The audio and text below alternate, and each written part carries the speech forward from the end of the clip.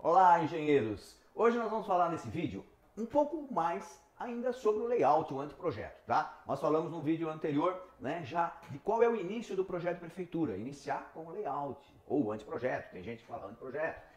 O importante aí é dizer o seguinte, que é aquele nicho, aquela planta baixa onde a gente vai colocar exatamente, né, a distribuição, o número de cômodos, o número vou dizer, vagas de garagem, se tem piscina, se não tem piscina. Ok, beleza. Para tudo isso ser desenvolvido, a gente tem, depois de feita a primeira reunião, a gente precisa primeiramente conhecer o nosso terreno, tá? Então é muito importante fazer a visita no local.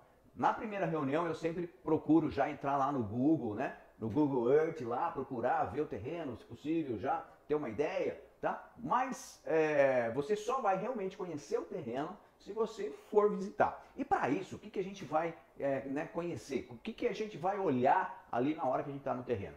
Tá? Localização. A localização é muito importante, porque muitas vezes a localização, por exemplo, é de difícil acesso, tá? É em cima de um morro, por exemplo, às vezes é numa chácara, então isso tudo vai modificar a possibilidade, até mesmo durante a construção, das dificuldades, por exemplo, de acesso com materiais de construção, né? Então tudo isso tem que começar a perceber. E é importante também perceber se a localização, ela está numa localização dentro de uma zona, né, de uma lei de zoneamento que pode ser feito, por exemplo, um comércio, ou às vezes é só um bairro residencial, você não pode fazer o comércio. Então, quando você já começa a perceber isso, você já tem que, né, falar com o cliente, falar, cliente, infelizmente não dá para ser construído um comércio nesse bairro. Então, a localização é importante por vários desses motivos. Vizinhança é importante. Você imaginou você não conhecer o local, você faz um excelente projeto, uma belíssima casa, com as janelas todas viradas, por exemplo, do lado, né, de um outro terreno, e de repente esse outro terreno é um bar que fica aberto até altas horas com música ao vivo, né? Ou é uma danceteria que também, né? Então você imagine essa casa linda, maravilhosa, mas inviável, né? Com barulhos toda noite. Então isso também é um detalhe importante. Conhecer a vizinhança. Tem uma indústria do lado, né? Então, como eu vou proteger, né, em termos do som, né, os ruídos, essa construção em relação ao meu vizinho?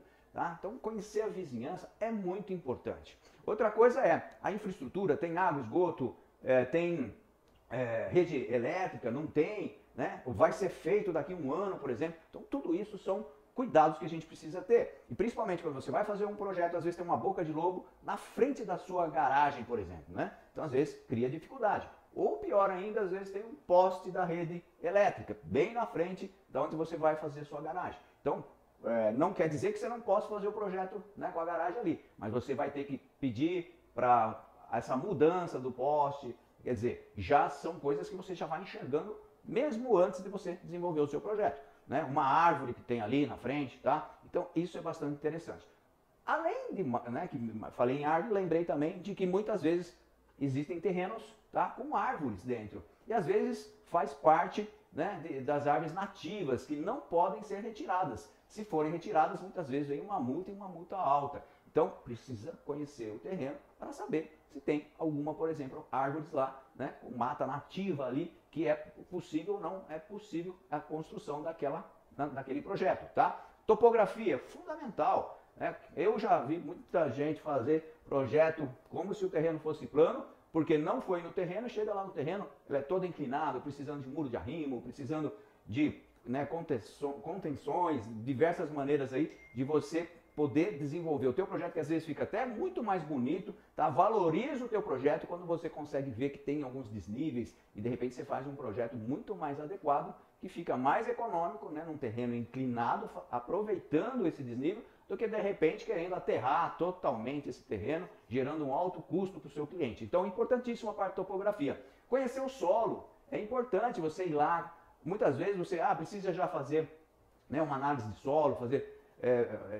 eu digo o seguinte, muitas vezes você vai no bairro, tem várias construções, se você já começa até mesmo a conversar com as pessoas que estão lá, como é que foi feita a fundação aqui? Você está fazendo assim, tal. Ou seja, você já vai tendo uma noção, tá, por exemplo, qual vai ser a fundação daquela construção. Como você está ainda no layout, né, não há necessidade, você não vai ter o projeto ainda de fundações, mas você já vai ter uma ideia né, da viabilidade de se fazer uma coisa ou outra. Outra coisa é a posição do sol, que é tão importante no caso, por exemplo, jogar a piscina para o lado certo, onde vai, né, o sol fica mais, né, durante o dia todo, se for possível, né, com o sol, as janelas, né, virado para o lado norte, ou no sentido, né, evitar que ele fique para o lado sul, que é aquele vento gelado. Isso eu falo aqui na região, né, do estado de São Paulo. Tá? Eu sei que lá no Nordeste, no Norte, já são outras considerações, mas precisa também conhecer qual é, né, o posicionamento do Sol. Tudo isso vai, vamos dizer, também ter a importância conhecendo a documentação, se está certo, se está em ordem, as medidas do terreno bate com a documentação, muitas vezes precisa de uma retificação, né? Então, é aquilo que eu falei, do plano diretor, né, da lei de zoneamento, o código de obras é fundamental, tá? E a gente precisa entender também que esse projeto, depois de feito todo esse estudo, conhecendo o programa de necessidades do seu cliente, tá? Aí pronto, você já conhece o terreno, já viu a documentação, aí sim você começa a fazer os seus croquis e começa a passar, né?